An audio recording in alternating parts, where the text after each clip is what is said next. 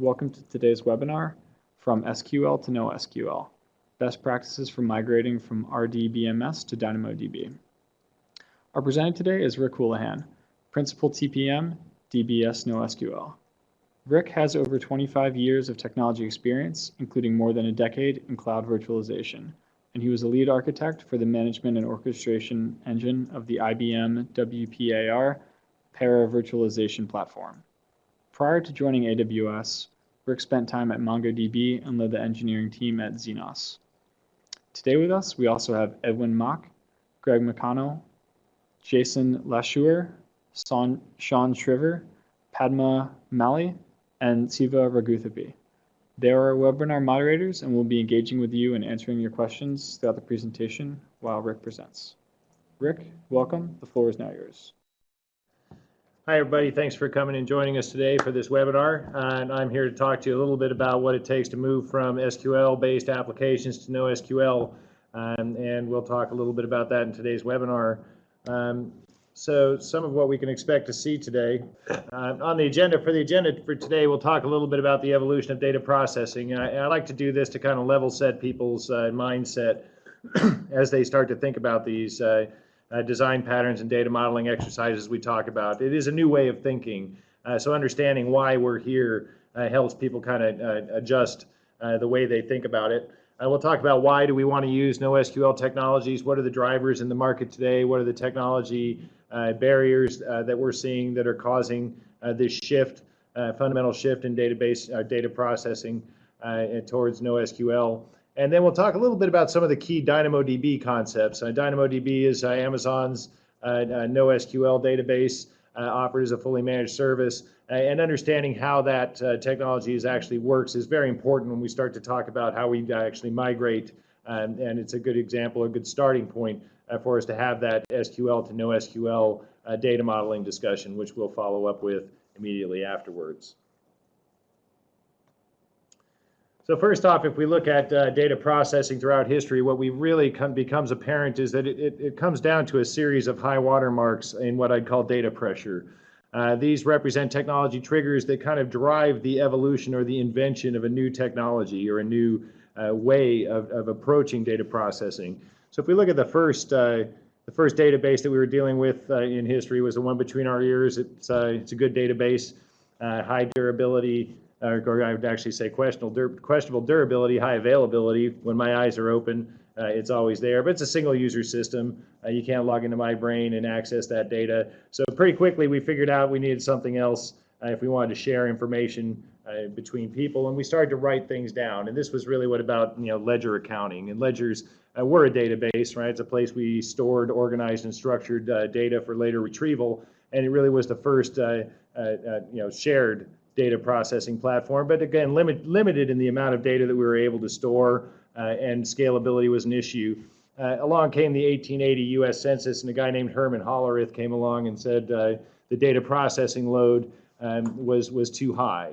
Right, the U.S. Census is run every 10 years. It took him 8 years to process the data. He figured out we need a better solution, and he invented the machine-readable punch card, and the modern era of data processing was born. So rapidly, business started to look at this new technology, started to develop new applications that would consume data at a greater and greater scale, and started pressuring the ability of that system to process that data at a reasonable cost or in a reasonable time. And we rapidly started to develop new technologies, punch cards, paper tape, magnetic tape. Eventually, the invention of the distributed block storage and random access file system led to the data sprawl of the 50s and 60s. And the need to actually build technologies that would deduplicate the data, because the cost of storage was an immense pressure on enterprise infrastructure back in the 50s and 60s. As a matter of fact, through the 70s and 80s, the cost of storage was the #1 expense in the enterprise data center. So the evolution of a technology that we've come to know very well in modern application development, the relational database technology, was actually built to minimize the cost of storage, which was the most expensive resource in the data center. Now we fast forward 30 or 40 years, and what we're looking at is a totally different landscape. The technology today, the CPU is the most expensive resource in the data center, and storage is cheap. So if we're using a technology like relational database systems, we're actually maximizing the efficiency of the least expensive resource in the data center. And this is why now we're starting to look at NoSQL technologies and distributed databases as a potential answer to that problem.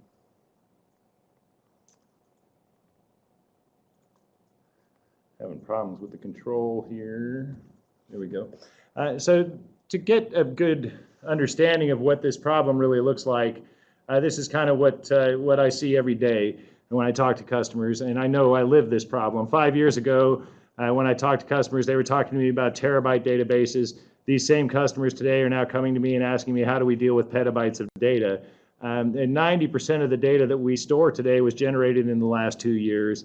This is a pretty common statement that's published by IDC, Gartner, some of the biggest analysts out there. And it's a condition that's really been going on for the last 150 years. And it's not something that's going to stop anytime soon. There's a linear correlation between data pressure, the ability of the system to process data at a reasonable cost or in a reasonable time, and the technology triggers that drive technical innovation. And really, SQL is not a technology that was built to deal with the data load that we're experiencing today. So we need something else. And this is where NoSQL technology comes in. So why is all this important? Well, it's really important because when we use new technology, we have to learn how to use that new technology if we want to experience results that matter or results that are important for our business. If you look at the chart here, it's a pretty familiar chart. On the bottom half is the technology adoption curve. There's something comes along, some new technology, people start to deploy this, what we call the early adopters. They have mixed results. Eventually they come up with something that seems to work, and the early majority comes in, and the rest of the market. Well, the hype curve above that really describes the experience that those people go through on the early edge of that adoption, right? We have a technology trigger. In the case of data processing, it's that data pressure, right? The system can no longer process the data within our cost footprint or in a reasonable time, so we need to invent something new. We invented NoSQL technology now to deal with this scale. However, people who run to this technology, they start to use the technology the same way they use the old technology. And what we're going to talk about today is the way to be able to avoid that trap. Because when you do that, this is when you experience that trough of disillusionment, right? Things don't necessarily work the way you expected them to work. And so you're saying, this technology doesn't work for me. The reality is, if you learn how to use the tool, the new tool, the way it's intended to be used, you'll have better results. That's typically what happens when you see that slope of enlightenment. People figure out how to use these tools, and now more and more people start to jump on the bandwagon and use these tools to solve their problems.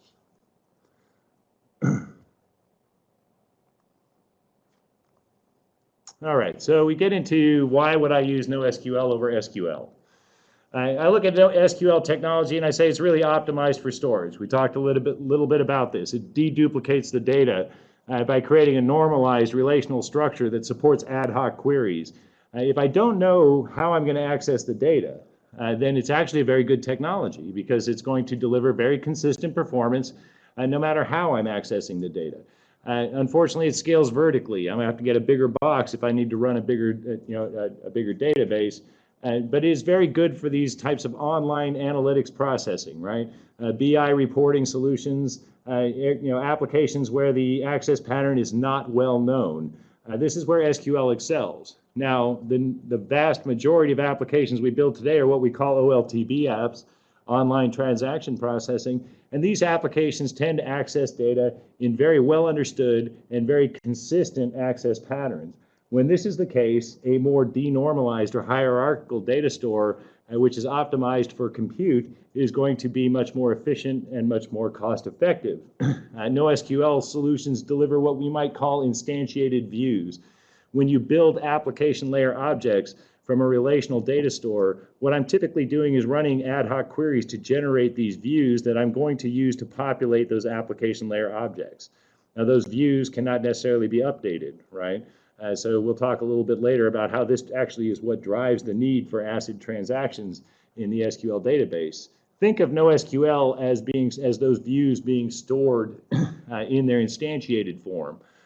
This allows us to scale horizontally. It's really built for that OLTP application at scale. When I understand how I'm going to access the data, if I structure the data and store the data, the way the application uses the data everything becomes a big select statement, right? It's not select from, inner join this, and so on and so forth. Very complex queries that require the CPU to jump around the disk assembling data records. The NoSQL solution is much more straightforward, more like table selects or the equivalent of table selects in SQL.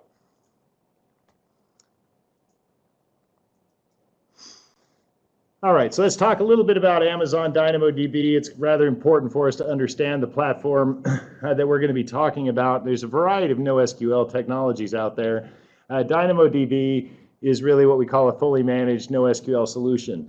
That's probably the biggest value point. Those of us that have dealt with NoSQL technologies at scale understand the complexity of running a distributed system or distributed database platform and can really appreciate the value of a fully managed service, right? So when I deploy a single database, it's relatively easy to manage. When I deploy a distributed database such as NoSQL platform like DynamoDB, MongoDB, Cassandra, and I scale those platforms, now all of a sudden I have to manage dozens or possibly hundreds of individual hosts. This becomes a significant overhead on the operations team, something that many of the customers that I talk to are very willing to offload to a fully managed service such as DynamoDB.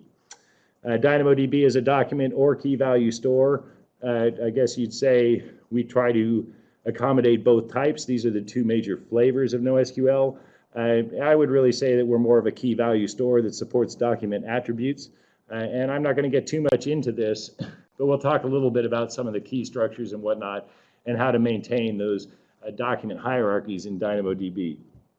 It scales to any workload. It's fast and consistent at any scale. What this means is low single-digit millisecond latency guaranteed at any scale, and we do have users that support millions of transactions per second and experience this low latency as well.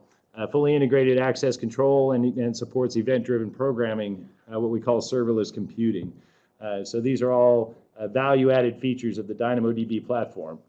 Now, I'm not going to spend too much time talking about DynamoDB specifically, but there are some things that we need to understand about DynamoDB if we're going to be able to have the discussion around data modeling in NoSQL.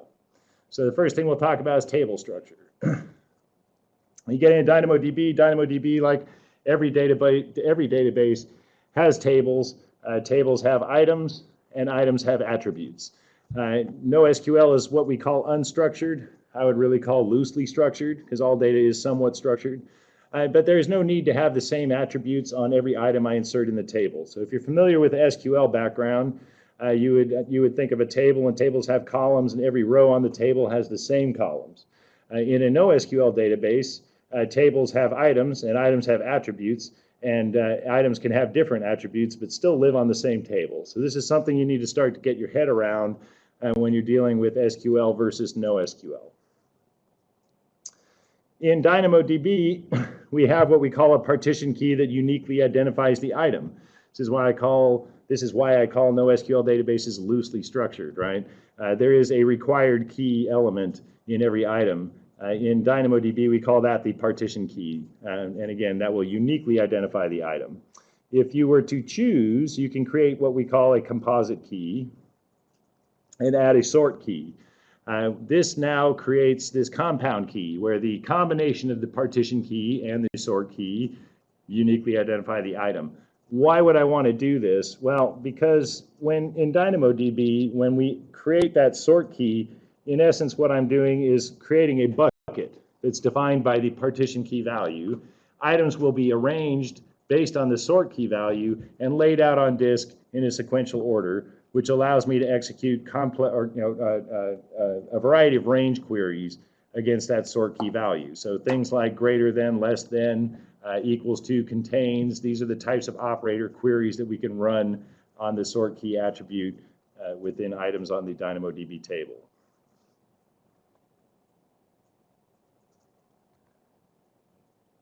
All right. As I mentioned, the partition key uniquely identifies an item. What we do here is you will specify an attribute. It can be any attribute in the item, but when you define the table, you will define the partition key attribute, and then all items that are inserted on the table must contain that partition key value. In this particular example, we use a partition key of ID. So what we'll do is we'll take that partition key attribute, we will run a hash algorithm against it, which will generate a random value relatively, and lay these items out across an arbitrary key space. When we do this, what happens is it gives us the ability to now partition that key space across multiple physical servers. This is how NoSQL databases scale. DynamoDB is no different than any other NoSQL database, and we will all use this similar structure. If you're in MongoDB, this would be the shard key. You define an attribute of the document that would be called a shard key, to be used as the shard key, and then MongoDB would then split that shard key across a range and assign certain aspects or certain ranges of that key value to individual partitions. So this is what allows NoSQL databases to scale. When we add the partition key, what we're doing is that, as I said, we create a bucket. Think of that partition key value as defining a bucket. The sort key then defines individual items within the bucket and becomes a ranged value that we can query against. So this is what that would look like spread across multiple partitions. You would see all of the items that have the same partition key value on the same storage node, organized or ordered by their sort key attribute values. This gives us the ability to do very, very fast lookups, be able to execute queries with very low latency, is one of the reasons why we can guarantee single-digit millisecond latency at any scale with DynamoDB. Everything is really a sequential read when I query the DynamoDB table. All right, there's some replication that happens in DynamoDB behind the scenes. You don't have to worry about this. When you insert data into a DynamoDB table, it will be three-way replicated by default. These are really what we call 3 AZs. If you're familiar with AWS architecture, the AZs, or the availability zones, are located on distinct power grids, and separated across fault lines, and basically laid out in such a way that it would be relatively impossible for us to lose 2 AZs at any given time. In DynamoDB, you're going to be replicated across 3 AZs on every write.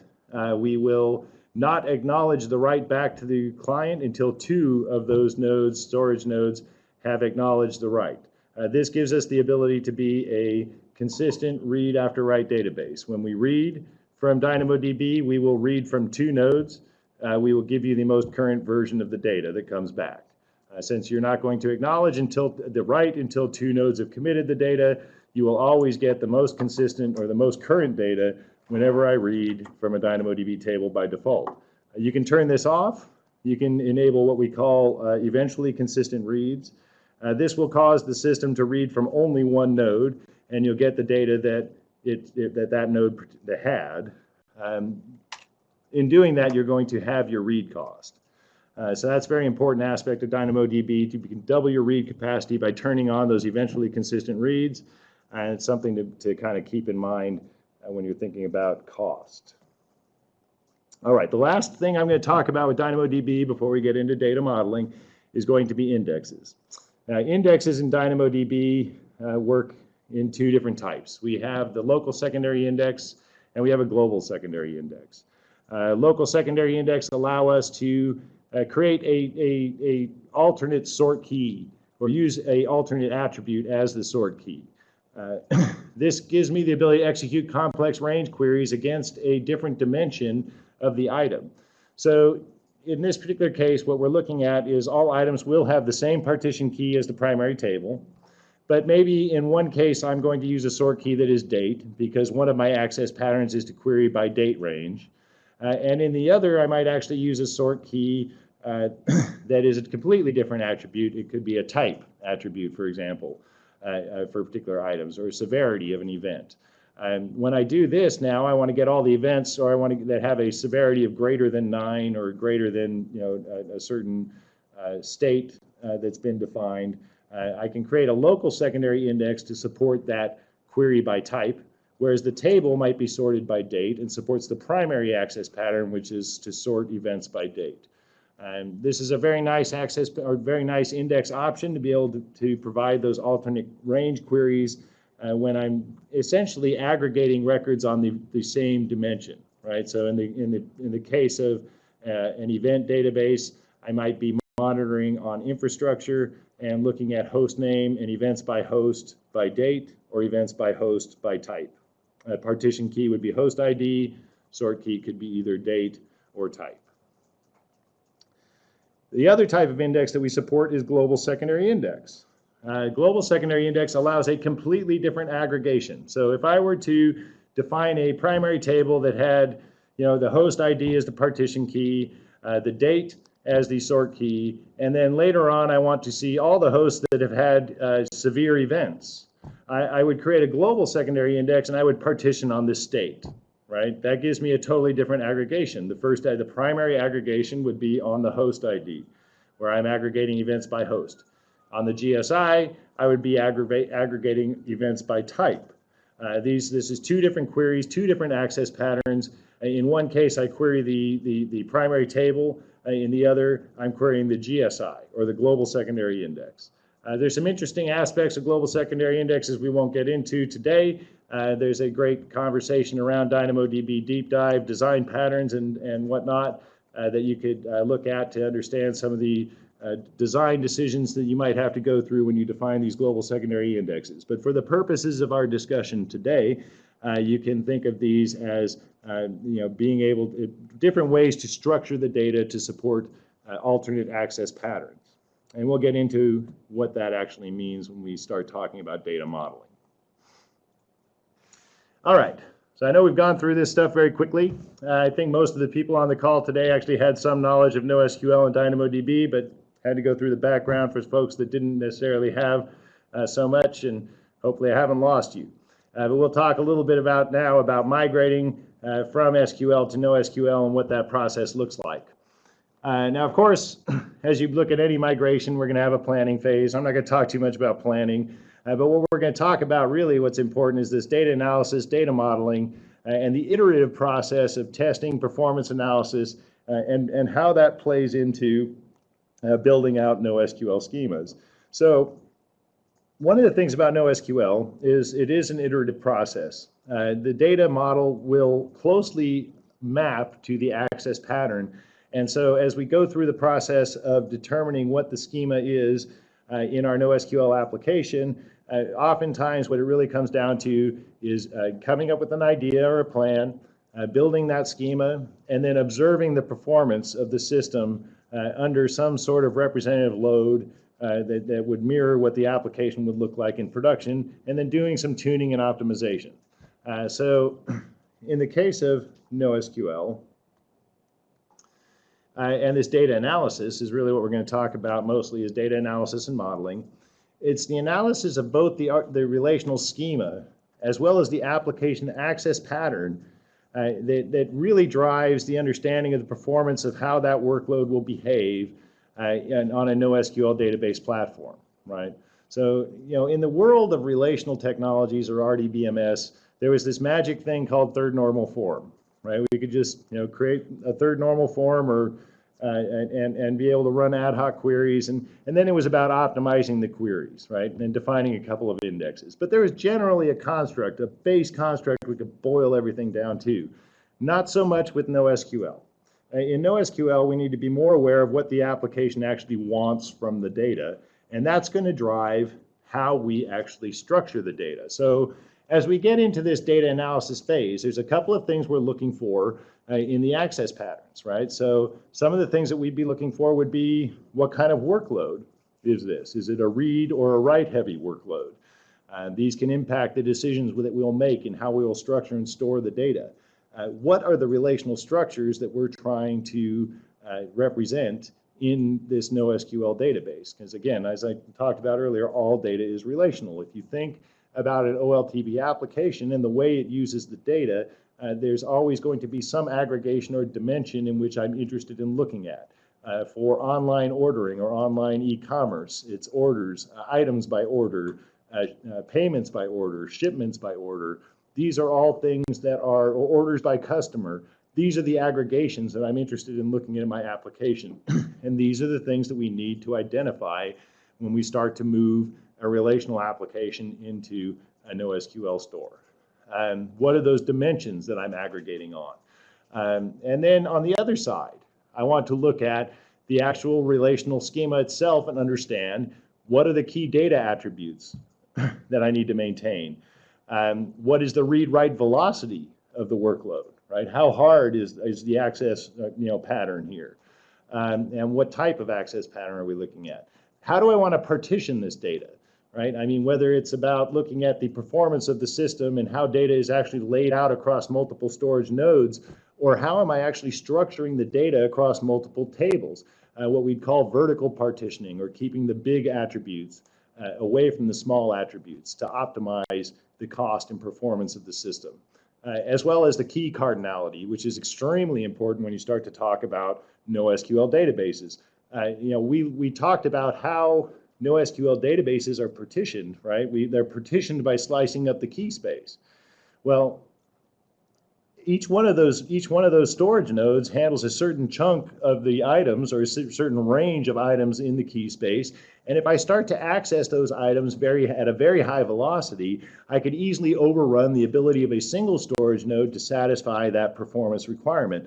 If that is the case, I have what we call an unbalanced workload or a hot key. And those are the types of things we need to start to look at when we start to analyze the data going in to this design process. We get into data modeling, right? Data modeling starts to look at that SQL versus NoSQL access pattern. So in this particular example, what we're looking at here is what I'd say is a product catalog, right? There's a pretty consistent, what's nice about this structure is it gives us an example of all of the common constructs that you normally see in an SQL database. From the products table to either the books, albums, or videos table, we have a one-to-one relationship. If we look at the relationship between albums and tracks, that's a one-to-many relationship.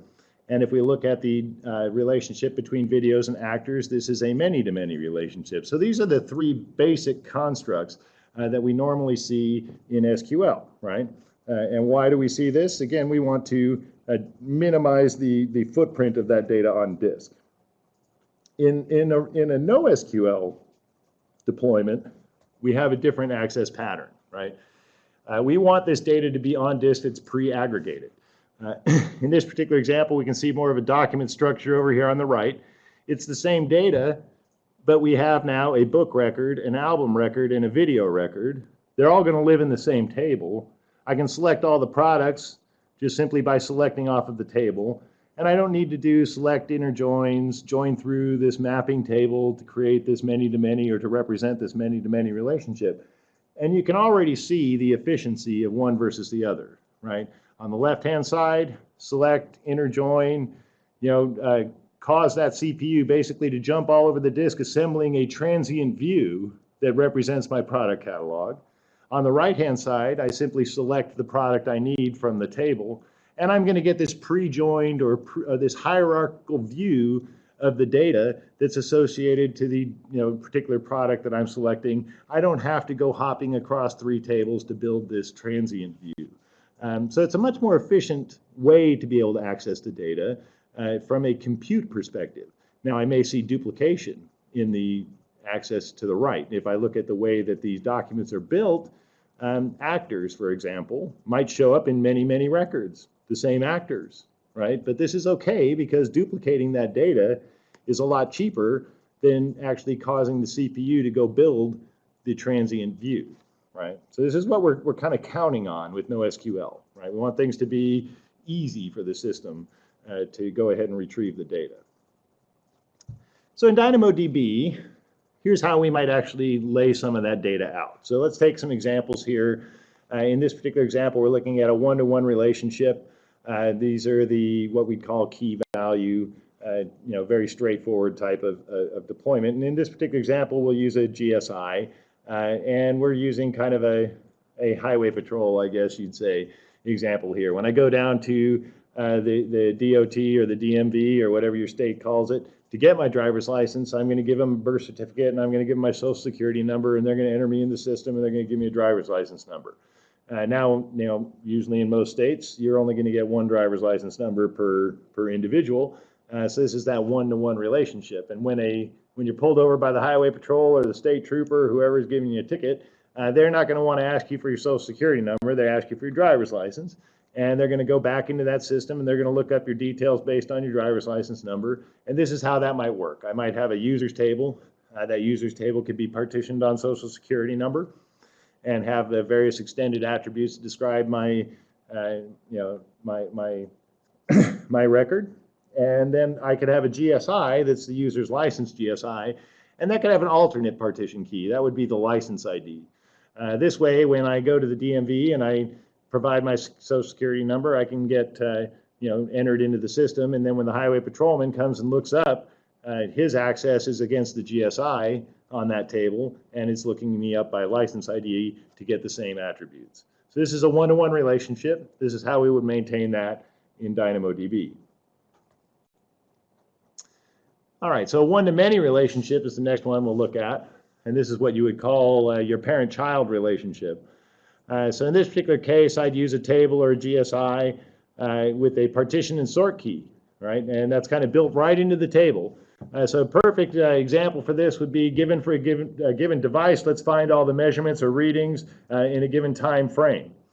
So we would create a table which is device measurements. It would be partitioned on the device ID. It would be sorted on the timestamp of the item or the record that was coming in.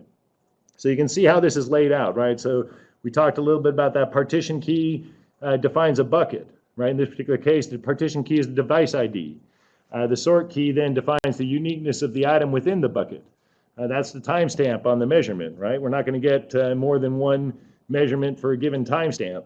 So we can guarantee that those items are now going to be laid out by device and by timestamp. If I want the readings for a given device between a particular timestamp or greater than a particular timestamp, what's nice about this is the items are all laid out on disk in sequential order. According to timestamp, I can make one big sequential read. It's going to be lightning fast compared to what you get from a relational database system.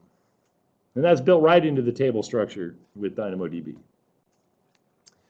All right, next thing we'd look at is a many-to-many relationship. So this is, again, if we were to look at the example of the product schema, this would be your, the videos, where videos have actors, many videos have many actors, and many actors are in many videos. In this particular example, we're going to use a gaming scenario, right? And for this particular use case, it's going to be for a given user, find all the games that that user plays. Or for a given game, find all the users that play that game, right? So a lot of online gaming scenarios or applications need to query according to this access pattern. Now in this particular case, it's very straightforward. Use a user games table that is partitioned on the user ID and sorted on the game ID. And then for the alternate access pattern, which is to find all the users for a given game, we would just flip those two keys around on a GSI, right, using that global secondary index. We now define that with the partition key that has the game ID and a sort key that is the user ID. So for one access in the application, I'd query the games table when I want to find all the games for a given user. When I want to find all the users for a given game, I would query the GSI. So this is how to maintain that many-to-many relationship in DynamoDB. Lots and lots of use cases for this type of access. The next thing we're going to talk about is probably one of the most important aspects or important design patterns or modeling patterns in DynamoDB or NoSQL in general. And it's really dealing with tiered relational data structures. And these are kind of common constructs. And in we'll go back to our schema in a second here on the product catalog, but when we talk about OLTP applications, it's really what I'd say it's all about the aggregations.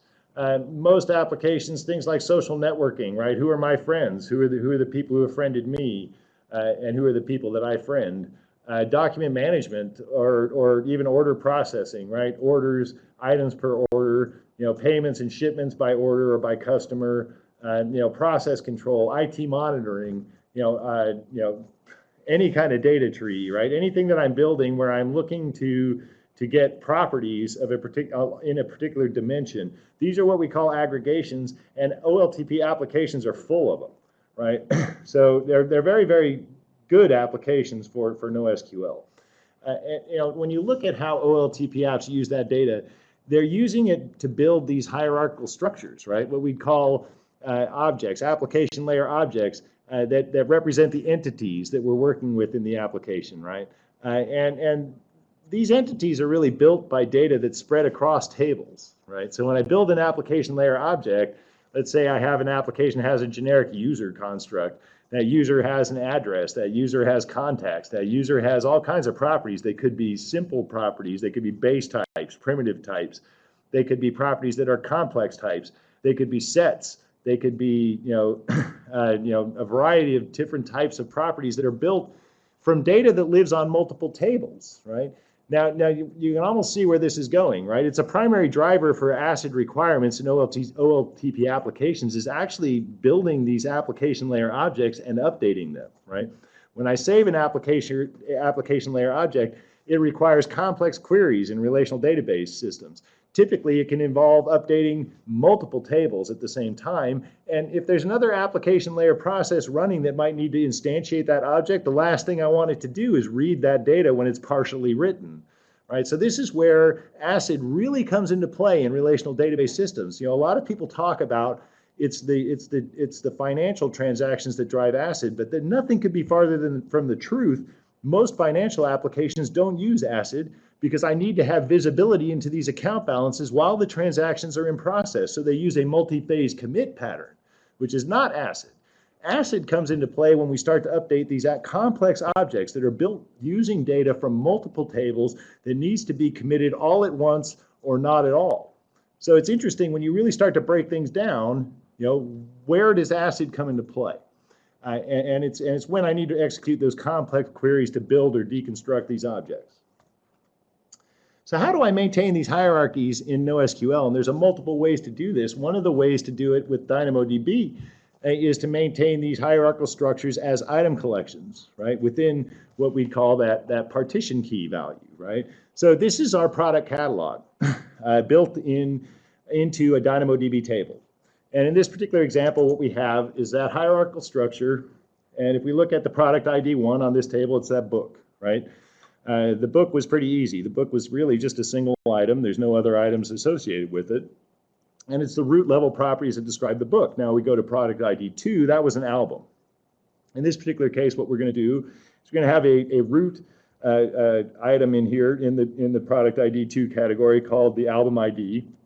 And that will have all the properties of the album. And then for each track, we're going to create another item within that partition key value or product ID 2 that's going to be a concatenation of the album ID and the track ID, right? What this now does is it gives me, if I select all the items off of this table with product ID 2, I'm going to get the full item description. I'm going to get all the tracks for that album. I'm never going to have to join the data from multiple tables. It's one select statement that gives me all of the items that are associated with product ID 2. Same situation for product ID 3, which is a movie, right? So we can see how this is now going to build in here with a series of items to build these hierarchies on the table. Now, why, to do it this way, there's a couple things we need to consider. We don't get atomic updates across the entire partition space, right? We get atomicity on a single item basis. So if the workflow is such that the actual individual items of the hierarchy are where I need to worry about atomicity, right? Then this is a great construct, okay? Alternatively, what I can do is I can build these items into a table using the JSON attribute. Now, we talked earlier about how DynamoDB is a key value store that supports document attribute types. In this particular case, we've taken that exact same schema and we have loaded it into a table structure that contains a JSON attribute that describes the hierarchy of items associated with a particular product. So in this particular example, I've got product ID 1 looks exactly the same. It's just those root level attributes. Product ID 2 might have the album descriptions as root level attributes, and all the track information could be located as part of a JSON attribute. So now why would I do this in the case of, generally speaking, atomicity? Each one of these items is going to guarantee an atomic update. No one's going to read that item while it's partially written, okay? So if we were to go back to the other way, a better use case for this might be orders, invoices, and shipments, right? As I work with the individual items or orders for a particular customer, I really don't care about the other items that are located in the customer's partition key value. I just care about the one item. So again, what you're starting to see here with NoSQL is there's no right way. There's no one way, right? With SQL, there really was one way. It was that third normal form. With NoSQL, not so much one way. It depends on the needs of the application. It depends on the access pattern. It depends on how you are accessing the data or working with the data as to how you want to structure it and store it. And there's a variety of ways, and there's usually more than one right way. Now, one of the things that we'll talk a little bit about, I think, is a very important design pattern when we're considering NoSQL is some of the scaling bottlenecks that we see. In this particular example, we'll call out here, this would be an online voting scenario. As with most elections, there's really only one or two candidates that are very popular, and we have, generally speaking, most of the voters going to individual candidates. So if I'm trying to aggregate votes by candidate, as we talked about, when I start to partition the data store, if everyone's using the same partition key value with their vote, they're all going to get loaded into the same storage node. Eventually, that storage node is going to be overrun. It won't be able to support the write load. So how do we deal with that particular situation in DynamoDB when I have a large number of records coming into a small number of partition key values? And the way to do that is to manufacture or create additional partition key values. So in this particular example, we have candidate A and candidate B. What I'm going to do is, as I write records into the database, I will arbitrarily or randomly add a value within a known range to the end of that candidate ID. So in this particular case now, instead of candidate A being only one partition, candidate A can now be 10 partitions because I'm adding a random value between 0 and 10. On the flip side, since I know that that value is between 0 and 10, I can actually read all those buckets and execute what we call a scatter gather, right? And then merge those result sets. So in essence, what I've done is I've taken that single bottleneck, which is the single partition, and I've created multiple partitions that I can spray the data across. This is a very, very important design pattern when you're dealing with NoSQL, and really because of the types of aggregations people need to run. So in this particular case, we talked a little bit earlier about event severity, right? Well, event severity is a fairly low cardinality attribute. Generally speaking, you have informational events, you have warning events, and you have severe events or critical events, right? If I'm monitoring a system that's pulling in millions and millions of events per day and I need to aggregate based on event severity, that could be very bad, right? Since I only have 3 values there that I can aggregate into. By using this right sharding approach or design pattern, I can, in essence, magnify or multiply the number of buckets I'm writing my events into, thereby increasing the scale of the system overall. So what does that really look like? Getting back to our product catalog, right? In this particular example, same schema we've been working with. Let's say I want to create a couple indexes on genre, maybe on the producer, right, of these particular products, right? If I add these values, if you look at the highlighted cells here, I'm adding these random values between, in this case, 1 and 100, right? And what I'm really doing is I'm right sharding, what we call right sharding the GSI. When I create these indexes now, each one of these indexes might have only half a dozen values for genre, for example.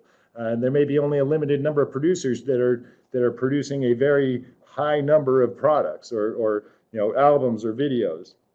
By doing this right sharding, when those GSIs start to aggregate on these different dimensions, they're going to feel less pressure because, what I've done is I've magnified the number of buckets that I can write into and increase the overall scale of the system. So use this right sharding for your indexes or your primary table for your primary key when you have high volume aggregations or low cardinality attributes that you need to index. This allows you to build the applications that can scale to any size and generally speaking get the most out of your NoSQL platform. All right, so that's generally what I have for you today. We'll be here to answer a couple of questions. In conclusion, some of the keys that you need to consider for a successful migration to NoSQL is select a workload that's a good fit, right? You don't want a workload where you don't understand how the application needs to access the data. Generally speaking, reporting, ad hoc reporting type of applications, not good fit for NoSQL. OLTP applications that use the data the same way every time you hit the button, now that's an excellent application for NoSQL. Understand the source data and how the application's using the accessing the data so that you can actually define how I'm going to structure that data to be most efficient. Again, iterative process. You want to, it's not like SQL. You can't boil things down to some lowest common denominator. You really do need to understand the application, how it's using the data, and you need to iterate and test frequently during the design process to understand the impact on the system that your design choices are making, and plan on that being an iterative process through the migration. So that's what I got for you today. Thanks a lot for coming and spending your time, and if you have any questions, be available for a few minutes to answer. All right, first question. Do you offer tools for bulk upload of data into DynamoDB? Say I have 500K lines in a CSV file, I want to import it in DynamoDB. Absolutely, we do offer these tools. This is, there's a service that AWS offers called Data Pipeline. That is a great tool for doing ETL into and out of a variety of AWS services.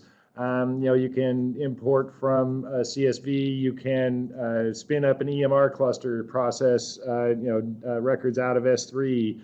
You can migrate from a relational database into a NoSQL database such as DynamoDB. But that's probably the primary tool I would look for there. Oftentimes, of course, there's going to be some sort of custom ETL involved. There's no straight one-to-one mapping of your relational database into a NoSQL database. As a matter of fact, that is very much an anti-pattern. If you find yourself as an application developer or architect, doing individual tables for application layer entities in a NoSQL database and joining and merging at the application tier across tables, you're probably doing something wrong. So, but there are a variety of tools to help with that, and Data Pipeline is certainly one of them. All right. How powerful is the DynamoDB query language as compared to MongoDB to search key values in JSON? Well, DynamoDB provides both query operators that work very efficiently on sort keys. We also provide a set of query operators, the same query operators that can be used as what we call filter conditions, and the combination of indexing options that are available in DynamoDB allow you to build constructs that support very efficient queries. That being said, I would say the CRUD operations are generally consistent between MongoDB and DynamoDB. MongoDB does provide additionally what they call the aggregation framework that really does allow you to do some kind of ad hoc queries against the data store, but you do have to remember the impact, the performance impact of running aggregations on your MongoDB cluster. So most people do not actually run complex aggregation queries at scale on MongoDB deployments in production, but that is a function, a feature that is available for you that does not exist in DynamoDB. Some of the other things that you'll get out of a MongoDB that are a little bit better than Dynamo, indexing options. You're going to have geospatial, full text type indexing options available in MongoDB, not necessarily available or not available in DynamoDB today. So there's some enhanced query operators, some enhanced indexing options that you could look at with MongoDB, but you're also sacrificing the ability to run on a fully managed service. So be very careful when you start to look at looking at a MongoDB, Cassandra, whatnot, versus something like a DynamoDB that provides that fully managed function. Most of the time, your applications don't necessarily require these types of advanced query capabilities. The things like the aggregation framework and whatnot, those really are to support what we call that ad hoc query pattern that is kind of a NoSQL anti-pattern, right? So depending on your workload, those tools may or may not be something that's going to give you any benefit. Something to keep in mind. All right, seems critical that all access mechanisms be known ahead of time, or access patterns, yes. If a new use case comes up after deployment, does that mean rebuilding the data in all of my partitions? That's a very good question. And it can. Unfortunately, with NoSQL, this is something that needs to be, you really do need to take into account up front what you're trying to do with the data. Now, the good news is most OLTP applications have very consistent access patterns. So those are the applications that, generally speaking, are mapped very well to a NoSQL platform. I would certainly hesitate to look at NoSQL as a solution for an application that was not well understood, so to speak. Generally speaking, what are those? Those are BI reporting type of applications where I don't know what questions the user is going to ask. I need to store the data in a way that can be agnostic to the access pattern. That is the definition of an SQL database. So, it really comes down to, in my mind, what type of app is it? Is it an OLTP app? Hey, that's a great fit for NoSQL. Is it an OLAP app? I might want to look at SQL, right? So, OLTP, again, I might have said SQL, but no, it's NoSQL.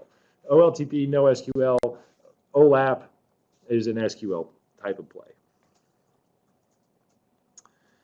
All right, is there support for encryption of data at rest? Well, in some NoSQL databases, yes. Today in DynamoDB, encryption at rest is not necessarily something we provide in the storage engine. There is a client-side encryption library option for DynamoDB, so if you do need to have encrypted storage at rest, you can look at potentially using the client-side encryption library to see if that will fit your needs. All right, in the example of movies and the actors are stored in the same record as the movie, how do I modify an attribute on the actor and have it change all the movie records? This is one of the things about NoSQL that you will have to learn to embrace, which is that sometimes data does need to be duplicated. And that duplication then becomes maintenance of the data then becomes an application layer task or responsibility. If you need to modify an actor's record and that actor lives in multiple movies, then I will need to update multiple items with that new information. So that's one of the ways that NoSQL accelerates performance over SQL is it obviates the need to execute complex joins. It does this by ignoring, or not ignoring, but loosening the restriction on duplicating data in the database. When I do that, then I create multiple records that contain copies of the data. In order to be able to change that data, I now need to edit or modify those multiple copies. This is one of the things you just got to get your head around when you start to use NoSQL. Data duplication is something that just comes with the territory. Okay.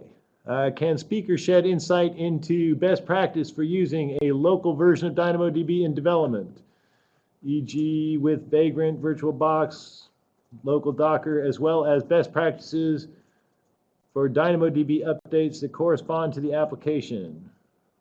Not sure I understand that question. I can tell you that we do provide a version of DynamoDB called DynamoDB Local. This is something you can deploy offline in your own development environment.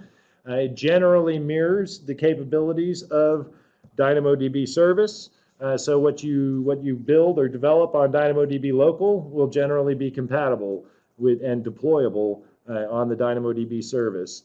We do this because oftentimes in development and test you can run some significant load through or significant amount of work through these test deployments, test databases. Sometimes this can be more efficient than just creating a table and exercising the same application workload against that table. So DynamoDB Local is something a developer can use offline and be able to kind of vet their design. I always recommend that customers then, before they go into production, execute that final verification testing against a production table or a service-oriented based table before they go live.